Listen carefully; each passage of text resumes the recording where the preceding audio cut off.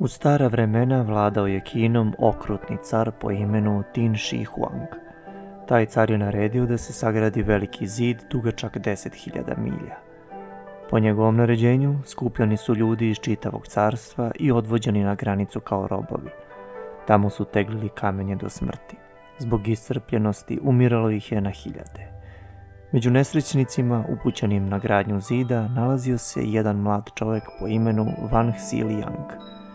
Njegova supruga, Meng Jiangni, bila je duboko zabrinuta zbog muža. Otkako su ga odveli od kuće, nikakvih vesti nije bilo. Dođe proleće. Cveće se zaogrnu šarolikom odećom, pupoljci procvetaše, livade zazeleneše. Usamljena Meng Jiangni je išla duž polja i gledala laste kako vazduhom kruže.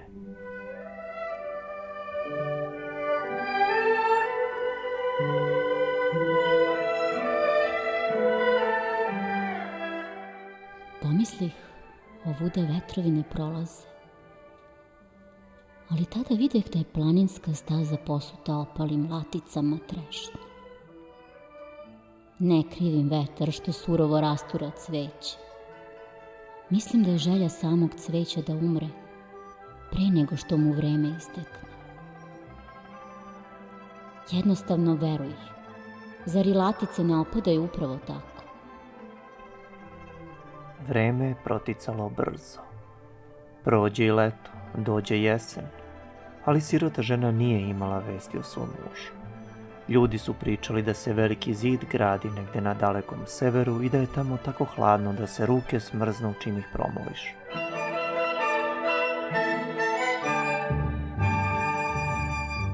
Kada je to čula, Meng Jiangni obuze strašna briga. Odlučila je da sašije toplu odeću, postavljenu pamukom, i uz par debelih cipela odnese mužu kad dođe zima. Mraz je već stigao kad je Meng Jiangni krenula. Drveće je tužno treslo svojim ogolelim granama. Pustim poljima, usamljenim stazama putovala je teško ona sama, u daleku, nepoznatu daljinu. Jednom, u dubokoj noći, došla je do hrama u kome je prenoćila. Te noći Meng Jiangni usni san. Vratio si se. Pošla sam ka tebi. Ali sad mi je srce mirno. Tu si. Kako si? Zašto mi ne odgovaraš? Šta se dogodilo? Ti me ne čuješ.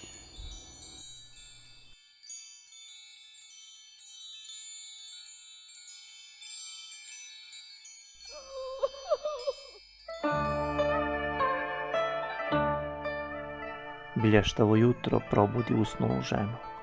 U srcu je nosila zabrinutost, ali i bes prema okrutnom caru koji joj je odveo muža.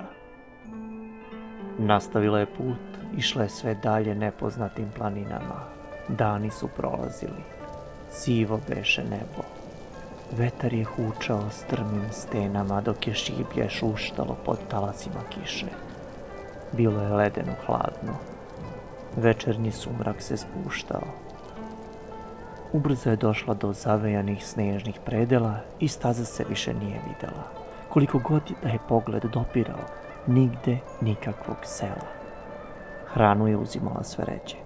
Drhteći od hladnoće išla je dalje, ne strepeći da će se možda sama izgubiti i u ledenim brdima umreti. Meng Jiangni je neprestano mislila na svog muža i polako hodala ka severu.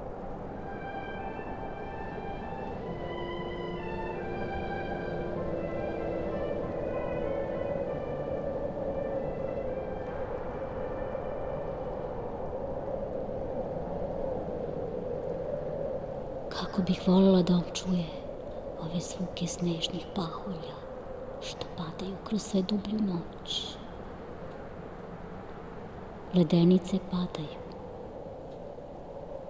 Beskrajna usamljenost.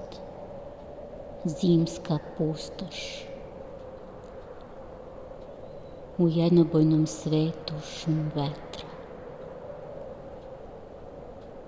ceo život je put ispunjenja sudbine.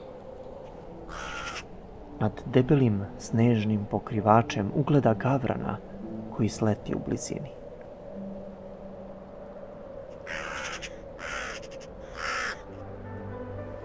Možda hoće da mi pokaže put. Pravac bi sasvim odgovarao. Nastavit ću za njim, kad već uporno čeka da ga stignem. Ove noći neću spavati. Blizu je. Kao da čujem glasove mnoštva što se oko zida kreću.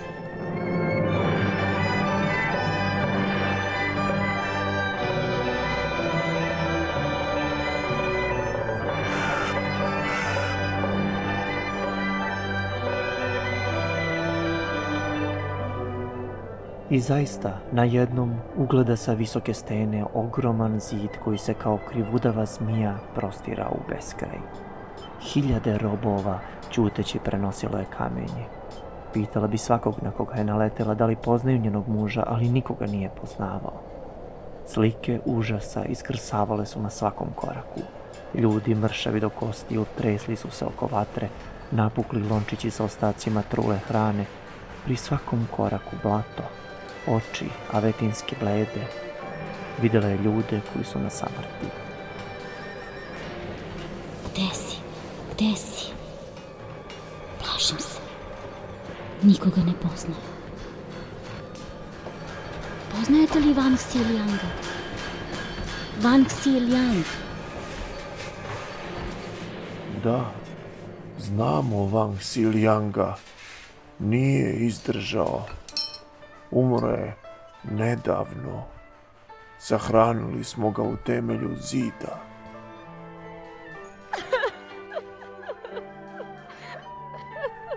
Kao da su joj srce iščupali iz grudi, pade na zemlju Meng Jiangni. Njena ranjena duša, potresena, beskonačno je plakala. Da su i neki robovi, bolom izmučeni, više zbog svoje muke počeli sa njom da plaču. Tada se začu stravična oluja. Oluja koja zatutnja i kao nošena besom razvali kamenje velikog zida.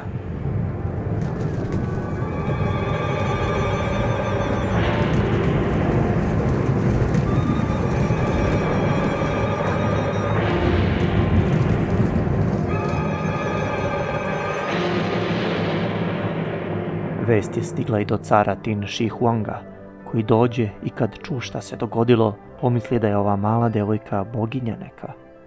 On je prisili da se uda za njega, ali mu ona reče: O care, bit ću tvoja samo ako mi 3 želje ispuniš. Najpre moraš mog pokojnog muža da položiš u zlatni kovčeg i prekriješ ga srebrnim poklopcem. A zatim da se svi tvoji velikodostojnici u žalobne odore odanu. I ti sam, care, da predvodiš pogrebnu povorku. Car tako i učini. Ali u času kada se pogreb završio, Meng Jiangni skoči u duboku reku nedaleko od groba. Dok je car sa svojim ljudima izbezumljeno pojurio za njom, još se mogao vidjeti samo vir nad kojim se sklopiše talasi. Pričali su ljudi da je srebrna staribica nekada bila Meng Jiangni.